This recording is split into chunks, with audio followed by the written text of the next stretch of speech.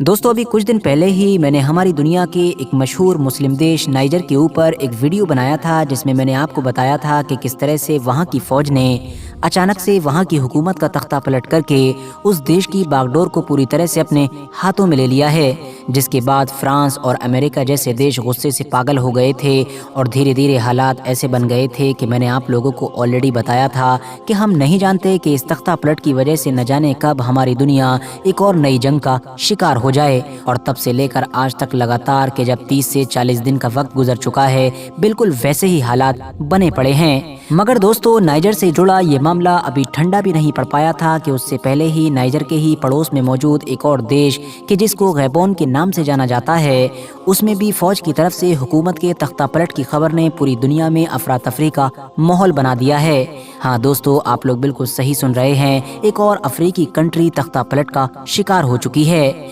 वैसे तो अफ्रीकी देशों में तख्ता पलट एक आम बात है। अगर आप लोग पिछले कुछ दशकों का भी इतिहास उठाकर देखेंगे तो आपको पता चलेगा कि बहुत सारे अफ्रीकी देश और स्पेशली नॉर्थ अफ्रीका के देश आए दिन हुकूमत के तख्ता पलट का शिकार होते रहते हैं। मगर हाँ, इस बार गैबोन नाम के जिस देश में ये फौज की तरफ से तख्ता पलट हुआ है, ये बाकी देशों से पूरी तरह से अलग है। गैबोन अफ्रीका के इन सारे देशों के मुकाबले में न सिर्फ ज्यादा मजबूत और ज्यादा स्टेबल है, बल्कि साथ ही साथ ज्यादा अमीर भी है। गैबोन के बारे में एक और इंटरेस्टिंग यानी कि दिलचस्प चीज़ कि जो इन सारे देशों से इसको अलग बनाती है वो ये भी है कि वैसे तो गैबोन की 75% से ज़्यादा आबादी ईसाई है और सिर्फ 12% आबादी ही मुस्लिम है, मगर उसके बावजूद भी ये देश पूरी दुनिया में एक ईसाई देश के तौर पर कम बल्कि एक मुस्लिम देश के तौर पर ज़्यादा देखा जाता है। और उसकी सबसे मेन और इकलौती वजह यही है कि क्योंकि इस देश का सिस्टम यानी इस देश की बागडोर, इस देश की हुकूमत पिछले 40-50 साल से लगातार मुसलमानों के ही पास है।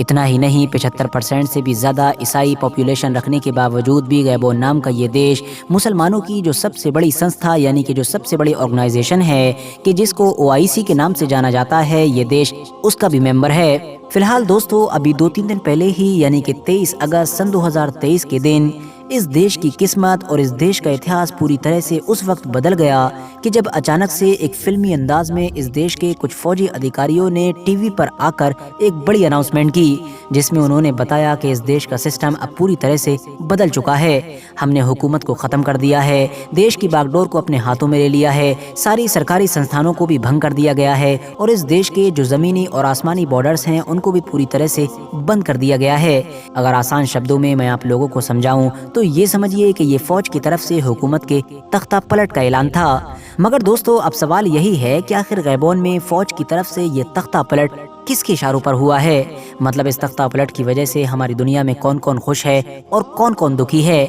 इस तख्ता पलट का पूरी दुनिया की राजनीति पर और स्पेशली मुस्लिम दुनिया की राजनीति पर क्या असर पड़ेगा? साथ ही साथ सवाल तो ये भी है कि जब इस देश की 75% से भी ज़्यादा आबादी ईसाई है तो आखिर अभी तक इस देश का सिस्टम, इस देश की हुकूमत मुसलमानों के पास क्यों थी? ये देश OIC का मेंबर क्यों है? और आखिर पूरी दुनिया में इसको एक ईसाई देश के तौर पर कम और एक मुस्लिम देश के तौर पर क्यों देखा जाता है? तो चलिए अपने इन सारे ही सवालों के जवाब आज की अपनी इस वीडियो में हम लोग जानने की कोशिश करते हैं। RH नेटवर्क के नॉलेजेबल फ्रेंड्स, ज़्यादातर ईसाई आबादी होने के बावजूद भी गैबोन देश की हुकूमत की बागडोर मुसलमानों के हाथ में जाने के पीछे भी बड़ी ही दिलचस्प कहानी है। सबसे पहले ये बात तो हम सभी ही लोग जानते हैं कि जिस दौर में हमारा भारत और एशिया के दूसरे ज़्यादातर इलाके ब्रिटेन के अंडर में आया करते थे यानी अंग्रेज़ों के गुलाम हुआ करते थे, उसी दौर में ही अफ्रीका के ज़्यादातर इलाकों को फ्रांस ने अपना गुलाम बना रखा था। उन्हीं ज़्यादातर इलाकों में एक देश गैबोन भी था। 20वीं सदी में जब दुनिया के सभी छोटे बड़े देशों ने बड़ी तेजी के साथ इन कुछ बड़ी ताकतों से आज़ादी हासिल करना शुरू की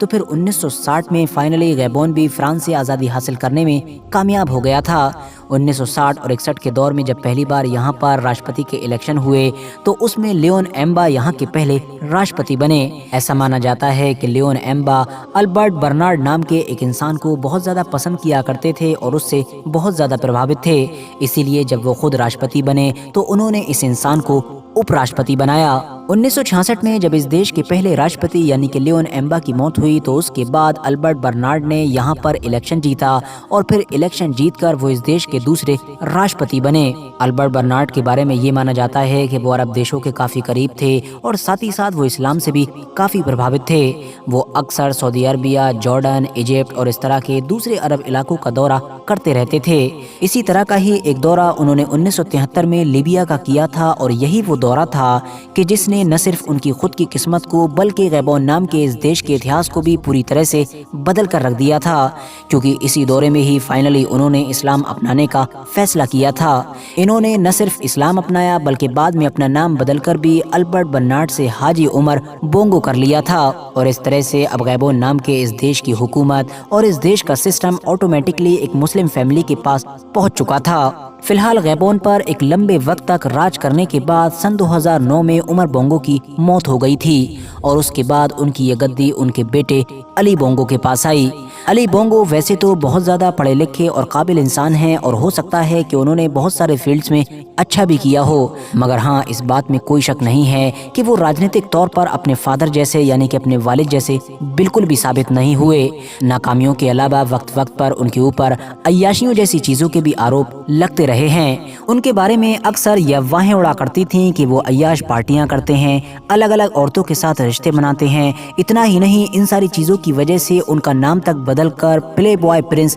कर दिया गया था और इन सारी चीज़ों को हवा देने में एक बड़ा किरदार अदा किया था इनकी उस एल्बम ने जो दरअसल 1967 में रिलीज हुई थी और जिसका नाम था अ ब्रांड न्यू मैन। इस एल्बम के जो बोल थे यानी कि जो लिरिक्स थे वो ही दरअसल अय्याशियों से भरे हुए थे और वो इस तरह के थे कि जिसकी उम्मीद किसी भी तरह से उमर बोंगो के बेटे से नहीं की जा सकती थी। 1981 में अली ने राजनीति में आने का फैसला किया था और अपने फादर यानी उमर बोंगो के दौर में ये अलग अलग पदों पर मंत्री भी बने रहे थे और फिर सन 2009 में जब इनके फादर की मौत हुई तो फाइनली ये अपने देश के राष्ट्रपति बने। उसके बाद अभी कुछ वक्त पहले ही सन 2023 में जब एक बार फिर से गैबोन में राष्ट्रपति के चुनाव हुए तो इसमें भी अली ने भारी मतों से जीत हासिल की, मगर इस जीत के साथ ही ये तीसरी बार राष्ट्रपति बन पाते उससे पहले ही 30 अगस्त के दिन रिजल्ट आने के कुछ वक्त के बाद ही वहाँ की आर्मी ने न सिर्फ इनको गिरफ्तार कर लिया बल्कि इनकी गद्दी को ही पलट कर रख दिया और इनकी हुकूमत का तख्ता पलट कर दिया। तख्ता पलट के बाद गैबोन की आर्मी ने एक फ्रेंच अखबार से बात करते हुए ये बयान दिया था कि अली बोंगो को अब यहाँ के लोग पसंद नहीं करते हैं,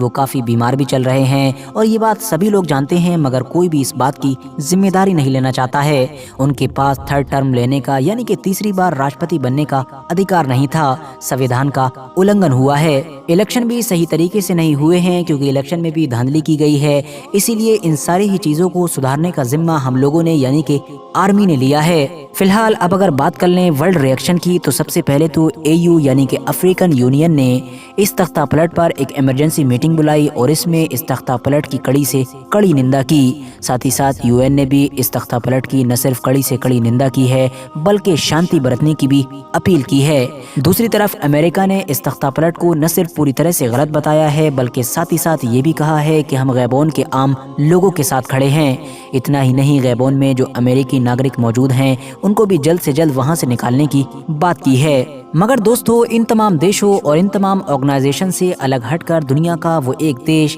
कि जो इस तख्ता पलट की वजह से सबसे ज़्यादा परेशान है और जिसके सबसे ज़्यादा होश उड़े पड़े हैं, वो देश कोई और नहीं बल्कि सिर्फ और सिर्फ फ्रांस है। वजह साफ है क्योंकि नाइजर और अफ्रीका के कुछ और देशों की तरह ही गैबोन भी उन्हीं देशों की लिस्ट में शामिल था कि जिनके ऊपर फ्रांस ने इतिहास में न सिर्फ एक लंबे वक्त तक राज किया था बल्कि आज़ादी देने के बाद भी उनके ऊपर इनडायरेक्टली अभी तक राज कर रहा था। मतलब आज़ादी के बाद भी उन देशों के ऊपर जिन हुक्मरानों ने हुक्मरानी की, जिन नेताओं को चुनकर उनकी गद्दी पर बैठाया गया था, उनको भी फ्रांस ने अपने अंडर में कर रखा था और अपने इशारों पर ही चलाया करता था। गैबोन अफ्रीका में फ्रांस के सबसे करीब दोस्तों में से एक है। गैबोन के अंदर फ्रांस की बेशुमार कंपनीज मौजूद हैं। ये सारी कंपनीज गैबोन की अर्थव्यवस्था में यानी कि वहाँ की इकोनॉमी में एक बड़ा किरदार अदा करती हैं। इतना ही नहीं, फ्रांस के तो लगभग 400 के करीब ऐसे सैनिक भी गैबोन में मौजूद हैं कि जो वहाँ की आर्मी को ट्रेनिंग वगैरह दिया करते थे। बोंगो फैमिली फ्रांस के बहुत ज़्यादा करीब मानी जाती थी,